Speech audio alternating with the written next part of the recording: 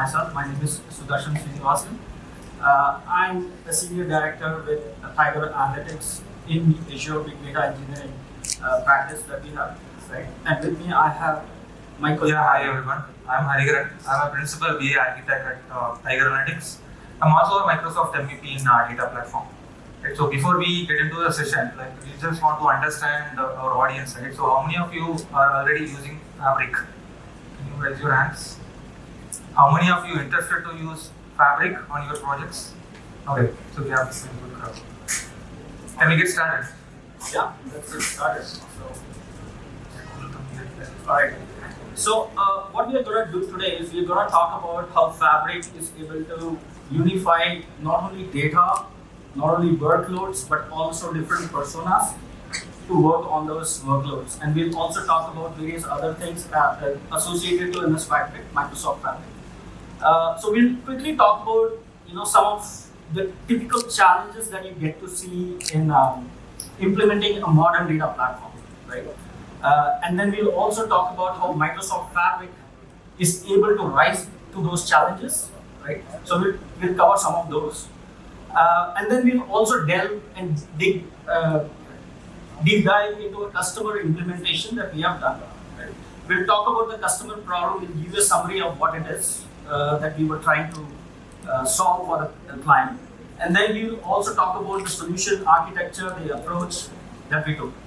Right? And then we'll also showcase some of our accelerators that we have built to solve the use case. We'll actually talk about the OpenAI integration that we have done within Fabric, so you don't need to go outside of Fabric, do a separate integration. We'll talk about all of that. And then we have a 10-minute demo video also, which will walk you through, right? So let's get started. Yeah. I hope you're able to see some of the screens in your digital lights, etc. Okay, so we'll talk about modern data platform challenges. Alright. So for folks who have seen and who have been following the Microsoft build videos, so this image is not new for you, right? So this is called the MAD landscape. It's actually crazy, it's MAD, and it actually stands for machine learning, AI, and data landscape, right? Each and every item that you see out here, right? It's trying to depict the plethora of tools that are available in the modern data platform landscape, and it also tries to depict the complexity associated with it, right? So I won't spend much time out here. Associated to this, you see the challenges that are coming for building a modern data platform. So these are some of them, right? So with the tools and the technology stack, which is so vast and so wide that you saw in the last image, with those tools, these challenges come along with it, right? What are those tools that you need to select in order to build that modern data platform? And not only do you choose the tools, but you have to ensure how to set it up in the right manner. You need to get expertise from the market in order to set up those tools, manage those tools, right? And then you need to also monitor, optimize all of these tools for cost. And then you need to be agile. You need to ensure that you're implementing your use cases in a faster time to market, right?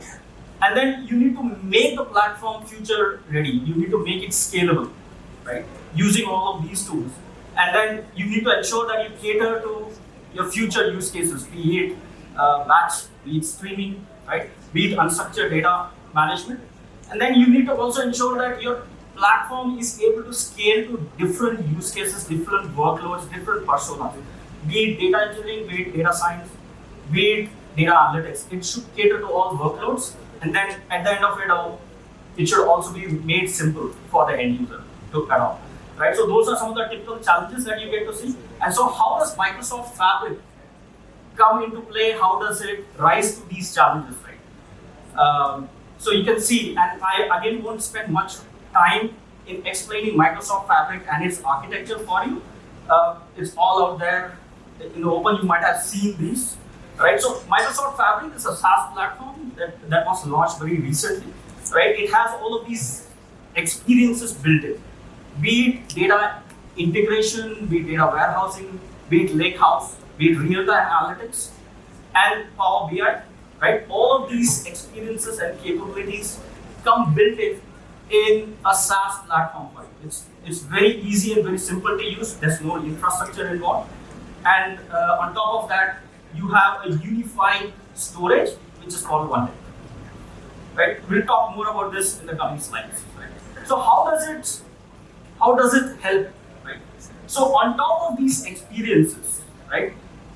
It is not only these experiences, but they are all tied together. They all work together. It's all seamless in nature, right? You have a single UI to work on. So you just get into the browser, go to the URL, single sign-on, and you're in. And you have all of these capabilities built in, right? So as an end user, you might only know SQL, or you might only be a data engineer, but you have access to everything within Fabric. You can also get into data science.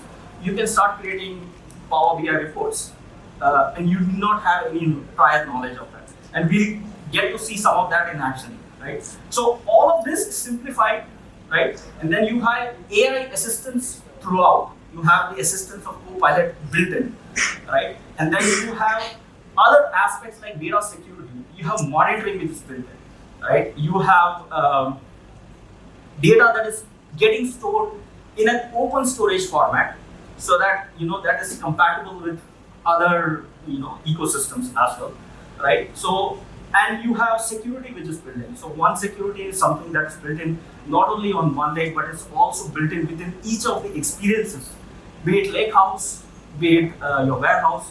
So one security will work on top of that, right? So all of these are built in within Microsoft Fabric. So as a result, it makes life very simple, and the overall implementation of use cases very fast, right? Okay, so enough of slides. We get into the actual implementation, right? What is it that we did for our customers, right? So let's look at the customer problem. This is just a summary of the problem, right? So this particular customer had legacy platform, and they had a lot of Power queries which were embedded within their Power BI report. So a lot of organizations, what they do is they don't make full utilization of the scalability available in database, right? So they had built all of their analytics, all of their data platforms, all of the transformation within Power BI, right? So it is very much possible to do that, but then there are other challenges. Things like not everybody knows Power Queries, right? And then it doesn't scale, because in today's date, with huge amount of data coming in, scalability was an issue. And then whoever wrote the Power Queries, only that person had the SME knowledge, right? So the entire organization was then dependent on that person, and therefore they were not able to also stick to the organizational standards of maintaining the code. So code maintainability was also an issue with this client. And then they had so many complex Power Queries written. To understand it, to document it, to maintain all of that was becoming a very big challenge. So now, so they wanted to solve this problem, right? And with so many Power Queries which are complex in nature, how do you accelerate this entire process, right? So that is where we built in our accelerators, we built in our OpenAI integrations which are available with Microsoft Fabric. We built all of that together, and then we were able to solve this. Let's see how we did that. Right? So that's the solution approach. Right? So, so their legacy platform, which was built in Power BI, right? We were able to extract the metadata out of that using our own accelerators. Right? We have built those accelerators which are able to connect to those legacy platforms, bring out the DDLs, bring out the Power Query transformations, and we were able to save it as CSV format. Very simple, right? Once you are able to save it as CSV, right, then you are able to read the CSV, create it as a table within Fabric, and not only that, provide that column as an input to OpenAI APIs, right? And all of your transformation queries which are written in complex Power Queries, that can be translated into simple SQL. And SQL is worldwide. Very simple to easy to manage, easy to maintain, easy to understand, easy to document, right? And it also scales, right? So that's the power of SQL, right? So we were able to convert all the Power Queries which were embedded, all the complexities we were able to convert all of that using the integrations that are available with OpenAI APIs, right? With Fabric. So not only that, so beyond that, of course, the code that OpenAI generates, right? So you also need to test it. You can't simply blindly use it, right? You need to test it. You need to ensure that there's no functionality that has been lost during that process. So there was a testing that also we got it automated, and then there is integration with Git within Fabric. You don't have to go outside of Fabric to implement something for Git. And once that was done with the metadata DDLs that we were able to convert all of that into data marts within Fabric. So the legacy platform and the challenges which are coming with the legacy platform in terms of code migration, right? All of that we were able to modernize their entire platform, right? Let's take a very quick look at how the solution architecture looks like, right? Very simple to and very easy to implement and understand, right? So the legacy platform, we were able to extract the metadata using our extractor. That's all built in within Fabric, right? The extracted metadata can be saved in one lake, and again, that same CSV can be read using your lakehouse pipelines, right? And that pipeline is able to call this notebook that we have written, which does the integration with OpenAI APIs, right? So that's the magic of that. The first magic is the metadata extractor. The second magic is happening in the second stage, where you are able to, at scale, convert all the Power Queries to SQL. That gets saved again, and then you have another notebook which is testing the SQL, converted SQLs, right? And then finally, in your gold layer, you can create in the warehouse within Fabric. At a click of a button, you can create all the DDLs and you can start populating the data, right? Now everything, all the transformations which were earlier written in Power Queries have been transformed into SQL notebooks, right? And that you can continue to maintain. And on top of that, you can start to use Copilot, right? So the existing reports or new reports, whatever it is, everything can get integrated with Copilot, and Copilot overall also has got various other capabilities which we'll showcase as well. So the metadata extractor, we'll double click on that, very quickly show you what that we did in that. So Hari will do that. Hi, so this metadata extractor is in-house accelerator. Actually, we have designed this for Fabric and Power BI. This accelerator will help us to extract the metadata from your underlying semantic models, right? So how many of you using Power BI reports or Power BI projects? Right, so most of you are aware, right? So for building a Power BI reports, you need to build a semantic model. Right? So that is where all the logics, right? So the data extraction, the transformations, which Sudershan highlighted, right? The Power Query transformations, DAX expressions, all will be there in that semantic model. So for this use case, the customer has hundreds of semantic models, right? It is very difficult to go through each individual semantic model and extract all the metadata manually, right? So that's why we'll be using this metadata extractor. So within this extractor, actually we have three different capabilities. One is impact analyzer. So this metadata extractor can be used for a data engineering project like this kind of a use cases. Also, this can be used for a Power BI projects, right? So where you want to do a impact analysis, right? Let's say if you want to modify something on your table which is there in the semantic model.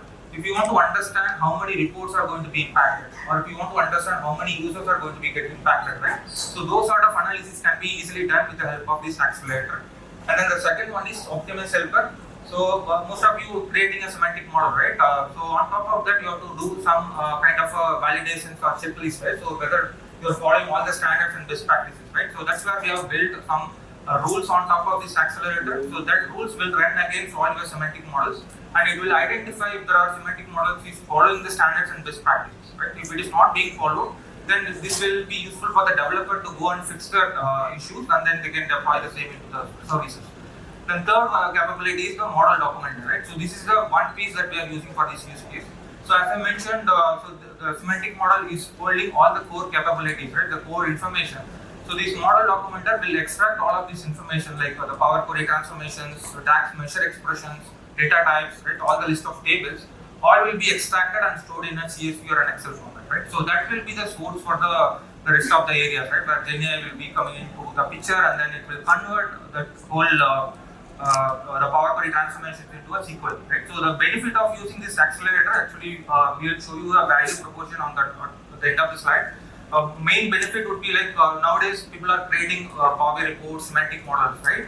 So in an organization, if you want to build a self-service capabilities, right? So it is something that you have to make sure the semantic models and all the list of tables, expressions which are available, so that anybody can go and verify whether that model is meeting their requirement, right? So they can leverage this accelerator as a semantic model catalog for their organization for them to consider for their self-service analytics.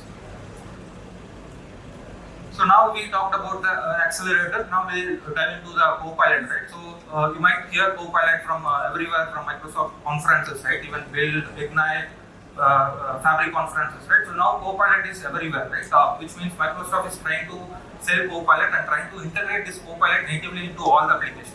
Right? With respect to Copilot in Fabric, Copilot is available in all the experiences within Fabric, right? Which means if you are a developer, right? If you want to code something, you can leverage this Copilot. And if you are a business user, you want to create your own reports, you can use Copilot, right? So that's where the Copilot is available in two different personas. Copilot for the business users or a power users, or Copilot for the creators or the developers. So we'll be covering these all aspects in a demo. Right? So at a high level, we have Copilot available in all the experiences. So we have a quick demo to cover Copilot in Power BI Desktop, Copilot in MS Fabric notebooks, and then data flow theme. So let's go to the demo. So Hari, are you saying that I need to look for a job? No, probably yes. Actually, you have to upskill yourself. So Copilot is there. So it is trying to automate some of the things, right? It doesn't mean that you have to look for another job, right? Because here the manual intervention is required. So it is, as of now, this is Copilot. It's not an autopilot. So we have to make sure like we have to upskill ourselves, and prompt engineering is another aspect, right? So we have to focus on prompt engineering and make sure how we can take this Copilot and enhance our expertise and bring our own products to the customers. Alright, awesome. Let's see the demo. Let's see the demo. I think that's what you have been waiting for. Let's see if I can get this to work. Does it work? No, it went on to the next slide. Can you please go over to the previous one and actually play?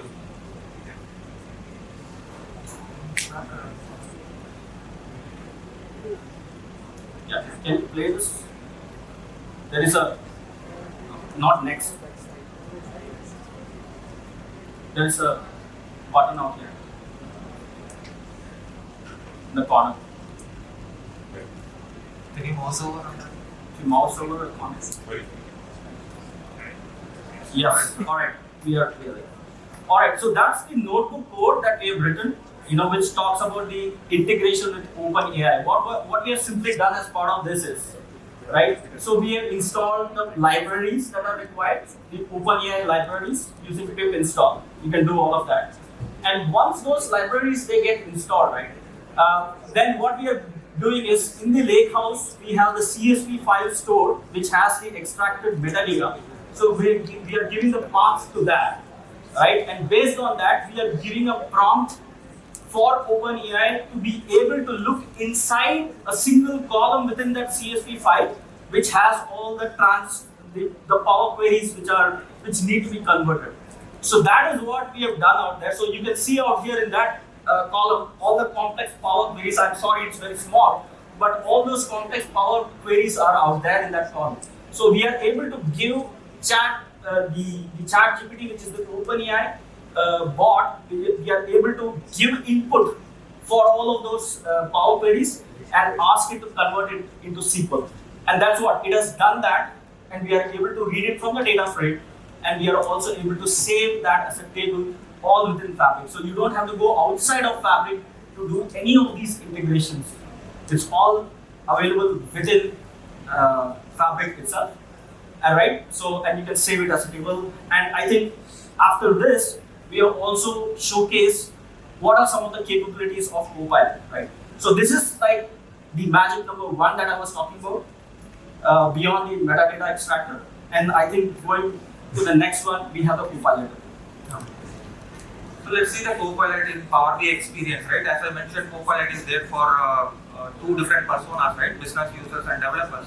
If you are a business user, right, the reports will be already exist. So they go and access the report. So there are hundreds of reports. It is very difficult to go through each individual report and understand each KPI, right? So that's why they can leverage this Copilot experience, and they can ask Copilot to summarize this whole report or all the visuals which is there in this report, right? So with that, you will get a summarization, and it is easy to go and read, and it also have a reference to which visual is considered for this summary narrative insights. It is not about just understanding the visuals from this report. It is also, you can do like a kind of a chatbot, right? You have an underlying semantic model created with all sort of relationships. You can ask your question in this Copilot chatbot window, and it will read through all the metadata from your semantic model and it will give you the answers, right? So basically, you might hear like a Power BI Q&A, right? So this is an advanced version with Copilot integration, right? So you can ask whatever questions that you want to ask on top of your data. You can ask it on this chatbot window, and it will give you the answers.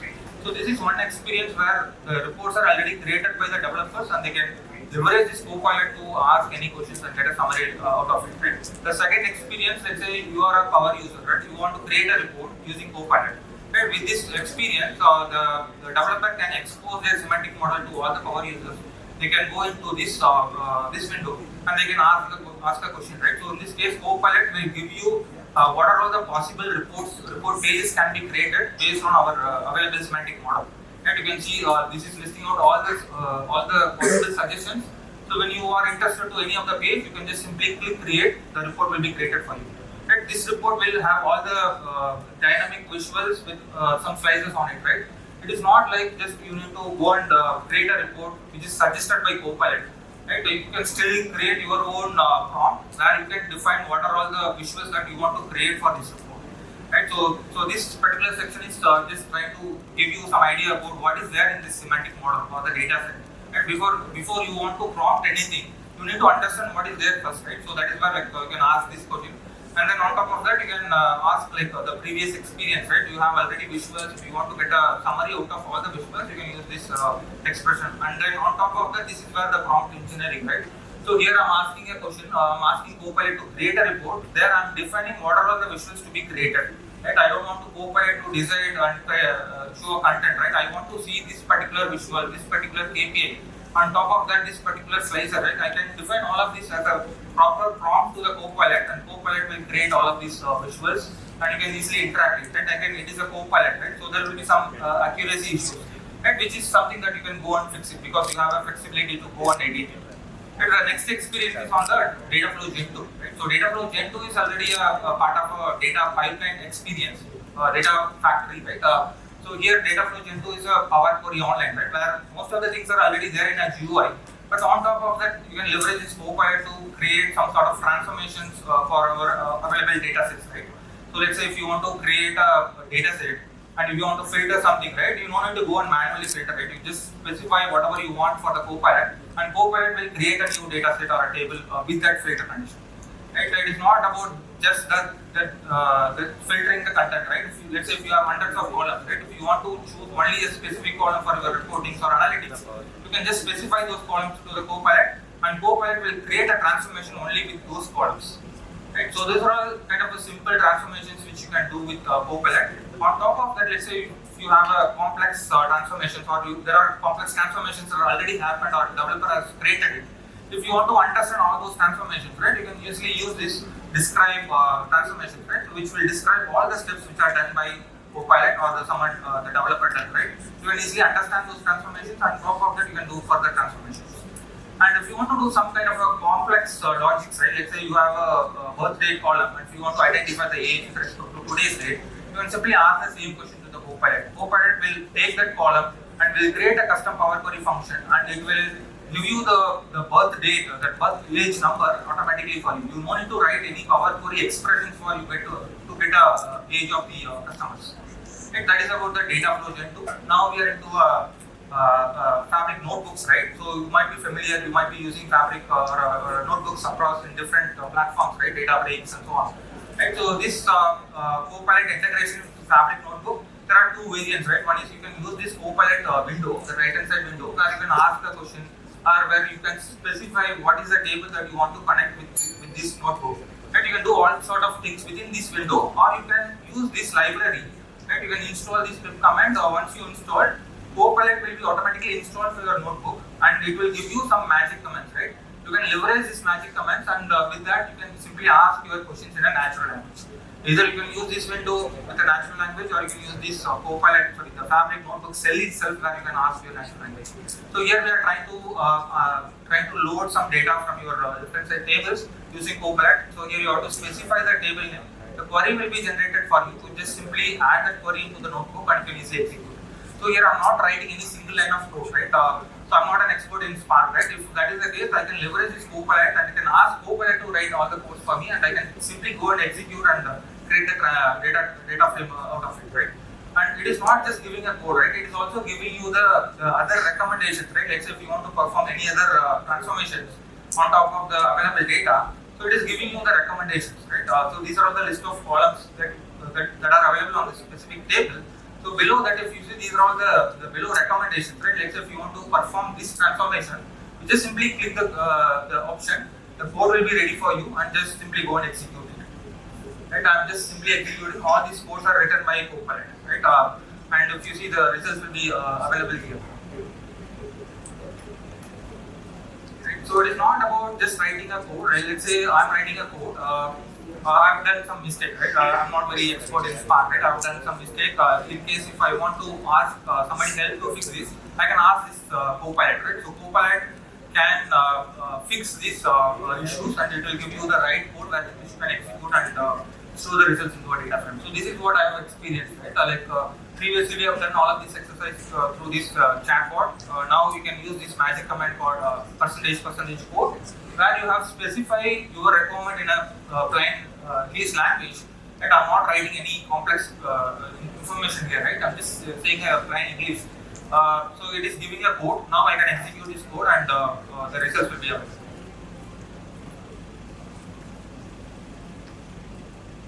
So the next one is fixing the error. Right? So you have a magic command for fixing the error. Let's say, so I'm trying to make a mistake here.